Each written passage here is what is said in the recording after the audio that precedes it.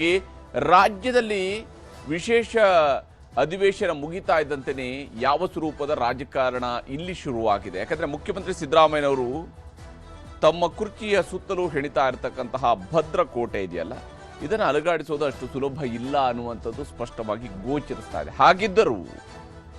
ಹಾಗಿದ್ದರೂ ಈಗಲೂ ಕೂಡ DCM ಅವರ ಬಣ ಆಸೆ ಗಣ್ಣಿನಿಂದ ಎದುರು ನೋಡ್ತಾ ಇದೆ. ಅಲ್ಲಿ ಆ ಸೀಟ್ನಲ್ಲಿ ಶಿವಕುಮಾರ್ ಅವರು ಕೂರ್ತಾರೆ ಅಂತ ಹೇಳಿ ಏನೇನು ನಡೀತಿದೆ ಕಾಂಗ್ರೆಸ್ ಪಾಳ್ಯದಲ್ಲಿ ಅನ್ನೋದು ನಿಮಗೆ ಮೊದಲಿಗೆ ವಿವರಿಸ್ತಾ ಹೋಗ್ತೀನಿ. ವಿಶೇಷ ಅಧಿವೇಶನ ಮುಗಿತಾ ಇದ್ದಂತೆ ಪವರ್ ಶೇರಿಂಗ್ನ ಮಾತು ಕೂಡ ಬಹಳ ಜೋರಾಗಿದೆ. ಒಂದು ಕಡೆಯಲ್ಲಿ ಶಿವಕುಮಾರ್ ಅವರ ಆಪ್ತರು ಮೈಕ್ ಹಿಡಿದಾಗಲೆಲ್ಲ ಮಾತನಾಡ್ತಾರೆ, ಅವ್ರು ಹೇಳ್ತಿರ್ತಾರೆ ಕ್ಲಾರಿಟಿ ಸಿಗಬೇಕು, ಮುಖ್ಯಮಂತ್ರಿ ಬದಲಾವಣೆಯ ಬಗ್ಗೆ ನಮಗೆ ಸ್ಪಷ್ಟತೆ ಬೇಕು ಅನ್ನುವಂತಹ ಮಾತುಗಳು ಬರ್ತಾ ಇದೆ. ಮತ್ತೊಂದು ಕಡೆಯಲ್ಲಿ ಮುಖ್ಯಮಂತ್ರಿ ಸಿದ್ದರಾಮಯ್ಯನವರು ಬಜೆಟ್ ಸಿದ್ಧತೆಯಲ್ಲಿ ಬ್ಯುಸಿಯಾಗಿದ್ದಾರೆ. ಅಷ್ಟೇ ಅಲ್ಲ, ಸಮುದಾಯಕ್ಕೊಂದು ಸಭೆಯನ್ನು ನಡೆಸೋದಕ್ಕೂ ಕೂಡ ಪ್ಲಾನನ್ನು ಮಾಡ್ಕೊಂಡಿದ್ದಾರೆ. ಹಾಗಾಗಿ ಎಲ್ಲ ಸಮುದಾಯಗಳ ಅಹವಾಲುಗಳನ್ನು ಕೂಡ ನಾನು ಕೇಳಿದ್ದೇನೆ. ಯಾವೆಲ್ಲ ಪ್ರಬಲ ಸಮುದಾಯಗಳಿದ್ದಾವೆ ಈ ರಾಜ್ಯದಲ್ಲಿ, ಆ ಎಲ್ಲ ಸಮುದಾಯಗಳ ಅಹವಾಲುಗಳನ್ನು ನಾನು ಕೇಳಿದ್ದೇನೆ ಅನ್ನುವಂತಹ ಸಂದೇಶವನ್ನು ರವಾನಿಸುವ ಪ್ರಯತ್ನವೂ ಕೂಡ ಸಾಗಿದಂಗೆ ಕಾಣ್ತಾ ಇದೆ. ಹೈಕಮಾಂಡ್ ಕಡೆ DK ಶಿವಕುಮಾರ್ ಅವರ ಆಪ್ತರು ನೋಡ್ತಾ ಇದ್ದಾರೆ. ಅವರ ಮಾತುಗಳು ಕೂಡ ನಿಗೂಢವಾಗಿ ಸಾಗಿರುವಂಥದ್ದು. ಸಿದ್ದರಾಮಯ್ಯನವರು ಒಂದು ಕಡೆ ಬಹಳ ಕಾನ್ಫಿಡೆಂಟ್ ಆಗಿದ್ದಾರೆ ಮತ್ತು ಅವರು ತಮ್ಮ ದಾಖಲೆಯ 17ನೇ ಬಜೆಟ್ ಪ್ರಿಪ್ರೇಷನನ್ನು ಶುರು ಮಾಡಿದ್ದಾರೆ. ಅದಕ್ಕೆ ಪೂರಕವಾದಂತಹ ಮೊದಲ ಸಭೆ ಇವತ್ತಿಂದಲೇ ಶುರುವಾಗಿದೆ. ಏನೇನು ನಡೀತಿದೆ ರಾಜ್ಯದಲ್ಲಿ ಅನ್ನೋದನ್ನು ನಿಮಗೆ ವಿವರಿಸ್ತಾ ಹೋಗ್ತೀನಿ.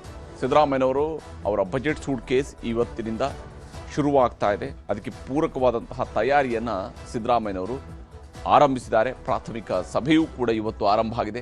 ಅಧಿವೇಶನ ಮುಗಿಸಿದ ಮರುದಿನವೇ ಮುಖ್ಯಮಂತ್ರಿಯವರ ಬಜೆಟ್ ಲೆಕ್ಕಾಚಾರ ಶುರುವಾಗಿದೆ. ಮುಖ್ಯಮಂತ್ರಿ ಸಿದ್ದರಾಮಯ್ಯನವರು ಬಜೆಟ್ ಪ್ರಿಪ್ರೇಷನನ್ನು ಶುರು ಮಾಡಿದ್ದಾರೆ.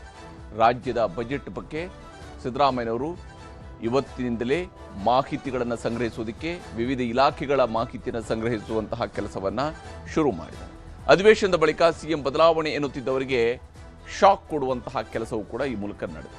ಯಾಕಂದರೆ ಅಧಿವೇಶನ ನಂತರ ಆದರೂ ಮುಖ್ಯಮಂತ್ರಿ ಬದಲಾವಣೆ ಆಗಬಹುದು ಅನ್ನುವ ನಿರೀಕ್ಷೆಯನ್ನು ಕೆಲವರು ಇಟ್ಕೊಂಡಿದ್ರು.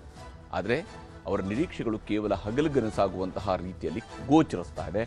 ಬಜೆಟ್ನ ತಯಾರಿಯನ್ನು ಸಿದ್ದರಾಮಯ್ಯನವರು ಆರಂಭಿಸಿದ್ದಾರೆ. ಹಾಗಾಗಿ ಆಲ್ರೆಡಿ ಅವರು ಘೋಷಣೆ ಮಾಡಿದ್ದಾರೆ, 17ನೇ ಬಜೆಟ್ ನಾನು ಮಂಡನೆ ಮಾಡ್ತೀನಿ ಅಂತೇಳಿ. ಅವ್ರು ಹೇಳಿದ ಪ್ರಕಾರನೇ ಬಜೆಟ್ನ ಪ್ರಿಪ್ರೇಷನ್ ಈಗ ಶುರುವಾಗಿದೆ. ಸಿದ್ದರಾಮಯ್ಯ ಬಜೆಟ್ ಮಂಡಿಸೋದಿಲ್ಲ ಎನ್ನುವಂತಹ ಟೀಕೆಗಳಿಗೂ ಕೂಡ ಈಗ ಉತ್ತರ ಕೊಡುವಂತಹ ಪ್ರಯತ್ನವನ್ನು ಸಿದ್ದರಾಮಯ್ಯನವರು ಮಾಡಿದ್ದಾರೆ. ಸಿದ್ದರಾಮಯ್ಯನವರು ಈ ಬಾರಿಯ ಬಜೆಟನ್ನು ಮಂಡನೆ ಮಾಡೋದಕ್ಕೆ ಸಾಧ್ಯ ಇಲ್ಲ ಅಂತ ಹೇಳ್ತಾ ಇದ್ರು. ಆದರೆ ಹಂಗಾಗ್ತಾ ಇಲ್ಲ. ಸಿದ್ದರಾಮಯ್ಯನವರೇ ಬಜೆಟ್ ಪ್ರಿಪ್ರೇಷನ್ ಅನ್ನು ಶುರು ಮಾಡಿದ್ದಾರೆ. GBA, ಜಿಲ್ಲಾ ಪಂಚಾಯತ್, ತಾಲೂಕು ಪಂಚಾಯತ್ ಚುನಾವಣೆ ಗೆಲ್ಲುವ ನಿಟ್ಟಿನಲ್ಲೂ ಕೂಡ ಈ ಬಜೆಟ್ ಸಿದ್ದರಾಮಯ್ಯನವ್ರಿಗೆ ಬಹಳ ಮುಖ್ಯವಾಗಿರ್ತಕ್ಕಂಥ ಅಸ್ತ್ರ. ಅದನ್ನು ಸಿದ್ದರಾಮಯ್ಯನವರು ಹೇಗೆ ಬಳಕೆ ಮಾಡಿಕೊಡ್ತಾ ಇದ್ದಾರೆ ಅನ್ನೋದನ್ನು ನೋಡಬೇಕಾಗಿದೆ. ಜನಪ್ರಿಯ ಕಾರ್ಯಕ್ರಮಗಳ ಘೋಷಣೆ ಮಾಡುವಂತಹ ಪ್ಲಾನ್ ಕೂಡ ಸಿದ್ದರಾಮಯ್ಯನವರಲ್ಲಿ ಇದ್ದೇ ಇದೆ. ಈಗಾಗಲೇ 5 ಗ್ಯಾರಂಟಿ ಸ್ಕೀಮ್ಗಳನ್ನು ಸಿದ್ದರಾಮಯ್ಯನವರು ತಂದಿದ್ದಾರೆ. ಸಿದ್ದರಾಮಯ್ಯನವರ ಸರ್ಕಾರ ತಂದಿದೆ. 5 ಗ್ಯಾರಂಟಿ ಸ್ಕೀಮ್ಗಳ ಅನುಷ್ಠಾನ ಆಗಿದೆ.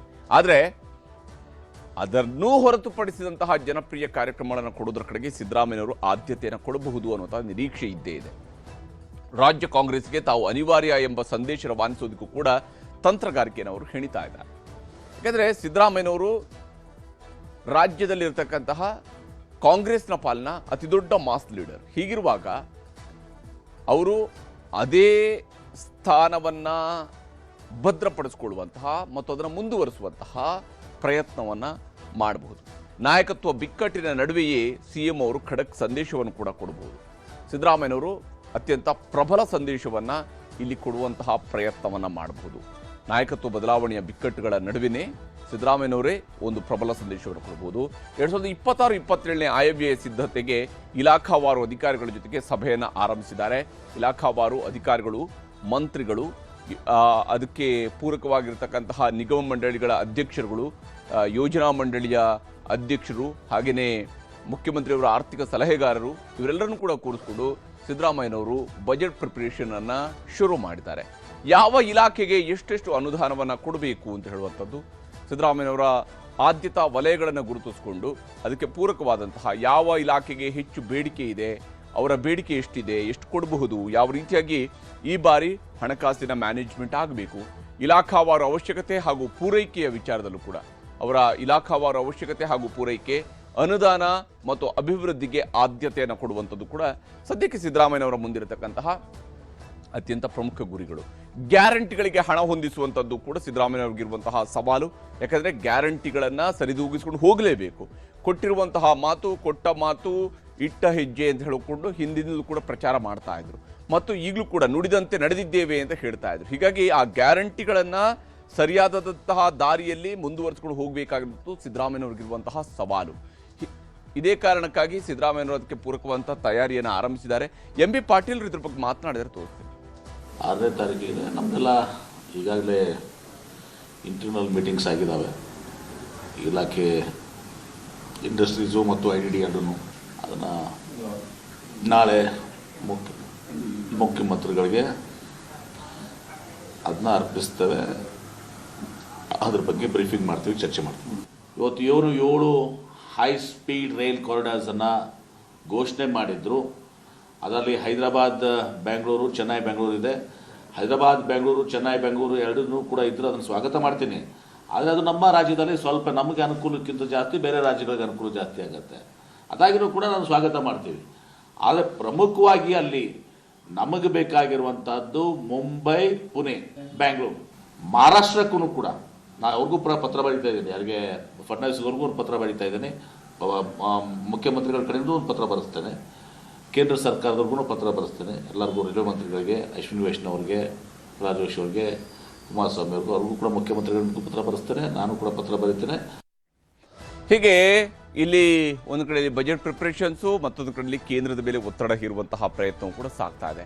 ಇದರ ನಡುವೆನೇ ದಲಿತ ಅಸ್ತ್ರ ಪ್ರಯೋಗಕ್ಕೆ ಬೇಕಾದಂತಹ ಸಿದ್ಧತೆಯನ್ನ ಮಾಡಿಕೊಳ್ಳಲಾಗಿದೆ. ದಲಿತ ಅಸ್ತ್ರವನ್ನ ಪ್ರಯೋಗಕ್ಕೆ ಬೇಕಾದಂತಹ ಸಿದ್ಧತೆ, ಅಧಿವೇಶನದ ಮಧ್ಯೆ ಲಿಂಗಾಯತ ಸಭೆಯಂತೆಯೇ ದಲಿತ ನಾಯಕರ ಸಭೆಯನ್ನು ನಡೆಸುವಂತಹ ಪ್ಲಾನ್ ಅನ್ನ ಮಾಡಿಕೊಳ್ಳಲಾಗಿದೆ. ಈಗಾಗಲೇ ಲಿಂಗಾಯತ ಶಾಸಕರುಗಳು ಸಭೆ ನಡೆಸಿದ್ದಾರೆ. ಹಾಗೆಯೇ SCP TSP ಹಣ ಮಂಜೂರು, ಅದರ ಬಳಕೆ, ಬಜೆಟ್ನಲ್ಲಿ ಬೇಡಿಕೆ, ಇವುಗಳ ಬಗ್ಗೆ ಈಗ ಚರ್ಚಿಸೋದಕ್ಕಾಗಿ ದಲಿತ ಸಮುದಾಯಗಳ ಶಾಸಕರುಗಳು ಮತ್ತು ನಾಯಕರುಗಳ ಸಭೆಯನ್ನು ಕರೆಯೋದಕ್ಕೆ ಪ್ಲಾನನ್ನು ಮಾಡಿಕೊಂಡಿದ್ದಾರೆ. ಫಲಾನುಭವಿಗಳಿಗೆ ನಿಜಕ್ಕೂ ಕೂಡ ಸರ್ಕಾರದ ಸೌಲಭ್ಯಗಳು ಸಿಗ್ತಾ ಇದ್ದಾವ, ಸರ್ಕಾರದ ಘೋಷಣೆ ಆಗಿರ್ತಕ್ಕಂತಹ ಯೋಜನೆಗಳು ತಲುಪ್ತಾ ಇದ್ದಾವ ಇಲ್ವಾ ಅನ್ನೋದರ ಬಗ್ಗೆ ಪರಿಶೀಲನೆಯನ್ನು ನಡೆಸೋದಕ್ಕಾಗಿ, ಅದಕ್ಕೊಂದು ಅಧ್ಯಯನವನ್ನು ಮಾಡಿಸೋದಕ್ಕೂ ಕೂಡ ದಲಿತ ನಾಯಕರುಗಳು ಮುಂದಾಗಬಹುದು. ಇಲಾಖೆಗಳಿಗೆ ಹಂಚಿ ಹೋಗಿರುವ ಹಣದ ಲೆಕ್ಕಾಚಾರಕ್ಕೂ ಕೂಡ ಒತ್ತಡವನ್ನು ಹೇರ್ಬೋದು. ಆ ಮೂಲಕ ಪ್ರತಿ ಇಲಾಖೆ ಮೂಲಕವಾಗಿ SCP TSP ಅಲ್ಲಿ ಮೂಲಕವಾಗಿ ಏನು ಪರಿಶಿಷ್ಟ ಜಾತಿ ಮತ್ತು ಪರಿಶಿಷ್ಟ ಪಂಗಡಗಳ ಉಪಯೋಜನೆಗಳಿದ್ದಾವೆ, ಆ ಉಪಯೋಜನೆಗಳು ನಿಜಕ್ಕೂ ಕೂಡ ಬಳಕೆ ಆಗ್ತಾ ಇದ್ದಾವ, ಅದಕ್ಕೆ ಮೀಸಲಿಟ್ಟಿರ್ತಕ್ಕಂಥ ಹಣ ಬರ್ತಾ ಇದೆಯಾ ಇಲ್ವಾ, ಸಮಾಜ ಕಲ್ಯಾಣ ಇಲಾಖೆಯಿಂದಲೇ ಹಣದ ಬಳಕೆಗೆ ಒತ್ತಡ ಹೇರುವಂತಹ ತೀರ್ಮಾನಕ್ಕೂ ಕೂಡ ಬಂದಿದ್ದಾರೆ. ಯಾಕಂದರೆ ಈ ಎಲ್ಲ ಹಣಕ್ಕೂ ಕೂಡ ಆಯಾ ಇಲಾಖೆಗಳ ಬದಲಿಗೆ ಅದನ್ನು ಸಮಾಜ ಕಲ್ಯಾಣ ಇಲಾಖೆಯ ಅಡಿಯಲ್ಲಿನೇ ಇವೆಲ್ಲದೂ ಕೂಡ ಬಳಕೆ ಆಗಬೇಕು ಅನ್ನುವಂತಹ ನಿಟ್ಟಲ್ಲಿ ಒತ್ತಡವನ್ನು ಹೇರುವಂಥದ್ದು ಕೂಡ ಇದರ ಒಂದು ಪ್ರಯತ್ನದ ಭಾಗವಾಗಿದೆ. ಡಾಕ್ಟರ್ ಜಿ ಪರಮೇಶ್ವರ್ ಅವರು ಈ ವಿಚಾರದಲ್ಲಿ ಮಾತನಾಡಿದ್ದಾರೆ.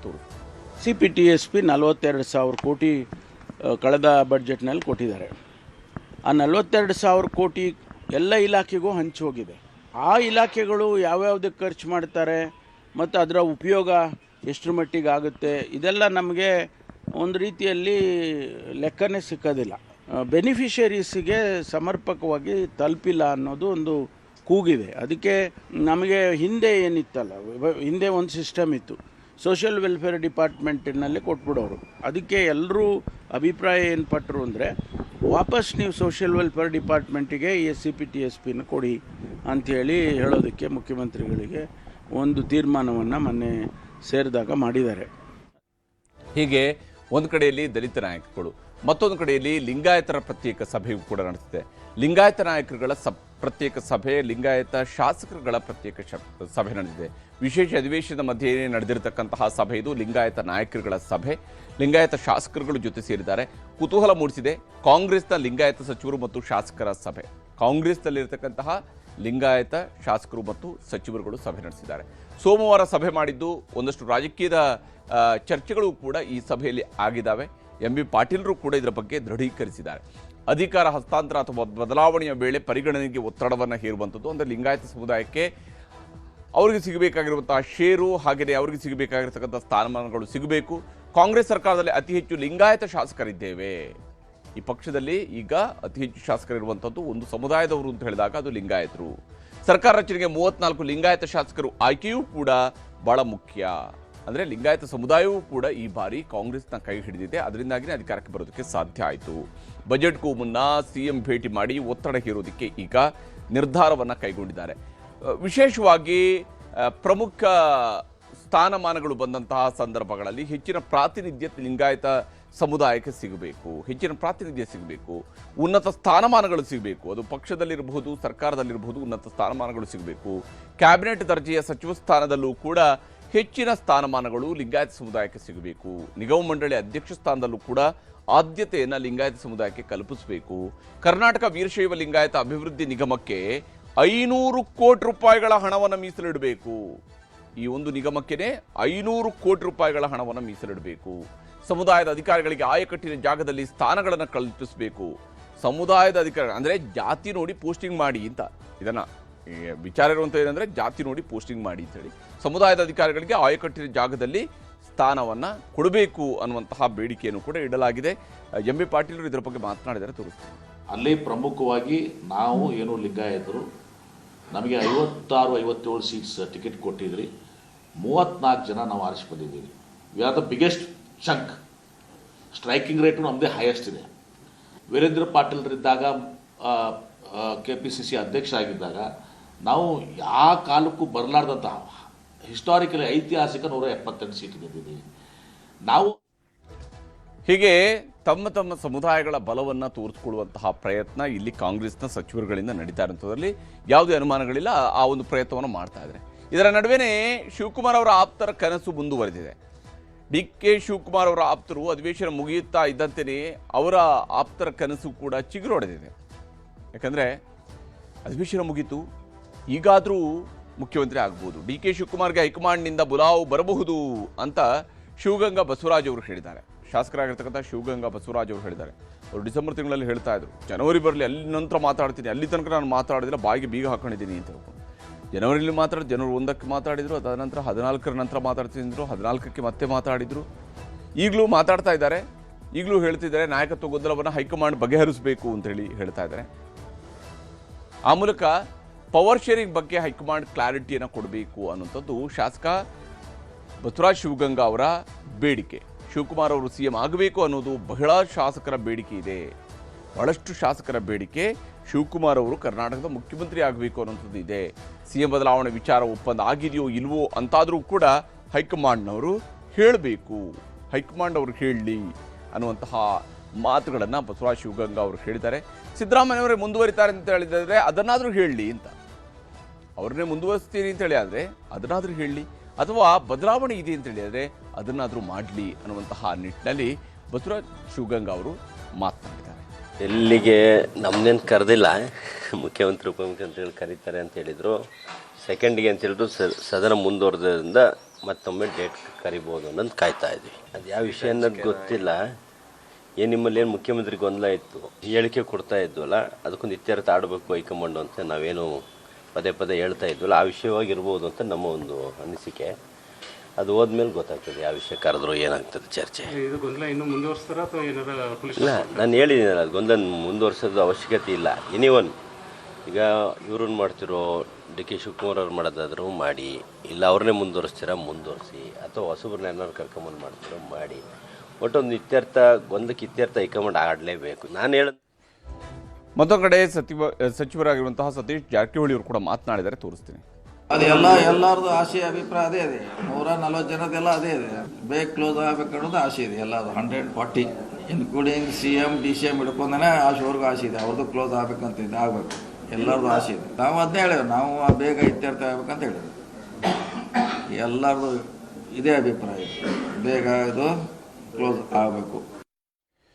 ಹೀಗೆ ಎಲ್ಲರೂ ಕ್ಲಾರಿಟಿ ಬಗ್ಗೆ ಕೇಳ್ತಾ ಇದ್ದಾರೆ. ಸಿದ್ದರಾಮಯ್ಯನವರು ಒಂದಂತೂ ಕ್ಲಾರಿಟಿಯನ್ನು ಇಟ್ಕೊಂಡಿದ್ದಾರೆ, ಬಜೆಟ್ ಅಂತ ನಾನೇ ಮಂಡಿಸೋದು, ಯಾವುದೇ ಬದಲಾವಣೆ ಆಗೋದಿಲ್ಲ, ಅದಕ್ಕೆ ಬೇಕಂತ ತಯಾರಿಯನ್ನು ಅವರು ಮಾಡ್ತಾ ಇದ್ದಾರೆ. ಬಜೆಟ್ ಲೆಕ್ಕಾಚಾರ ಹೇಗೆ ಬರುತ್ತೆ ಅನ್ನೋಂಥದ್ದು ಕೂಡ ಮುಂದಿನ ದಿವಸಗಳಲ್ಲಿ ನೋಡಬೇಕಾಗಿದೆ.